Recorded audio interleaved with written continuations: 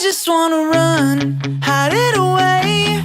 Run because they're chasing me down. I just wanna run, throw it away. Run before they're finding me out. I just wanna run. The purpose of this video is to guide athletes as well as people in everyday life to finding the perfect fitting running shoe to match their specific given foot type. We want to point out that there are three very specific foot types that a given person may have. There is the flat foot, the high arch, and the normal arch, which is the ideal foot type. Each of the given foot types may lead a person to experience different issues when performing physical activities such as running. People with the different foot types may experience overpronation or supination, which over time may lead to serious injuries that can take a person out of their desired sport or physical activity overall.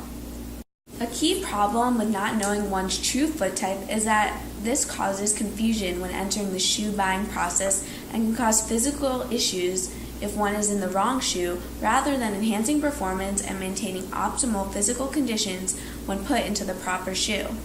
A simple at-home way to discover which kind of foot type a person may have is to perform the wet test.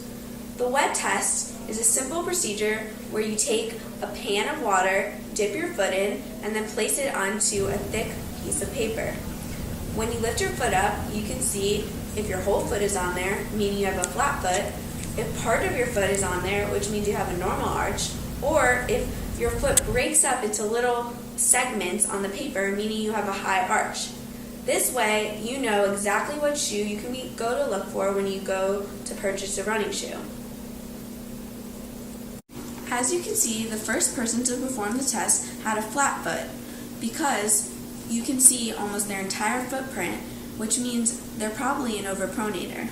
For this type of foot, you need either stability shoes, which employ devices such as dual density midsoles and supportive posts to reduce pronation and are best for mild to moderate overpronators or motion control shoes.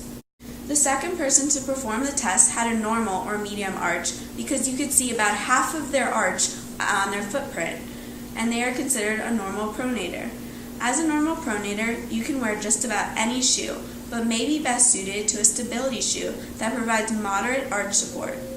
The third person to perform the wet test had a high arch because you could see the heel, the ball of their foot, and the line on the outside of their foot, and this is the least common foot type. This means that they are underpronated.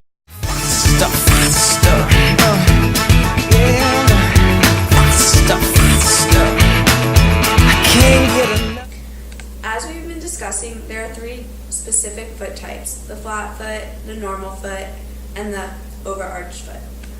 And so there are different kinds of shoes that go well with the different types of feet. Right here we have a neutral shoe, which is the Asics GT1000, and this is a neutral shoe that I run in, even though I have a flat foot, because I put an orthotic in, which adds a stability. However, if you have a flat foot, most of the time a stability shoe is recommended, especially if you don't have an orthotic. So there's basically a specific anatomy of a shoe.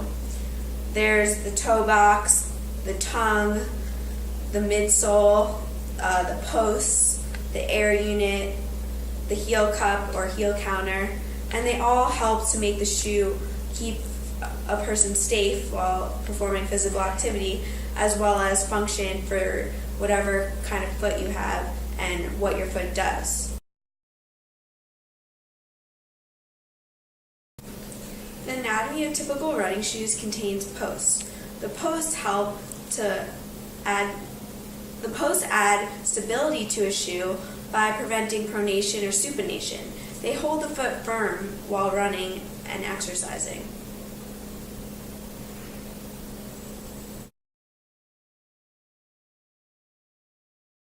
For people who severely overpronate, motion control shoes are usually recommended, and these shoes usually have stiffer midsoles and stiffer posts in order to prevent the person from overpronating and preventing injury.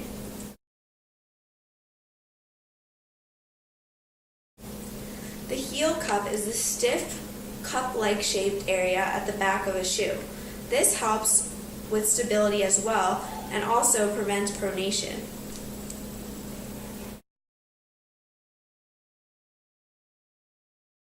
The outer sole is the part of the shoe that touches the ground. This helps maintain a shoe's life and the amount of time that you can wear it. The thicker it is, usually the more life it will have and the longer you can run in it. But the thinner it is, like in some racing flats and minimalist shoes, usually the least amount of time you can run in them before they're too worn out and injuries may occur. As many people know, finding the proper shoe for your given foot type isn't the easiest task to conquer. However, with the proper effort and research as well as guidance from our video or professionals, one can figure out what shoe is best for their foot type and prevent injuries and have a more enjoyable time with exercise or any kind of sport activity.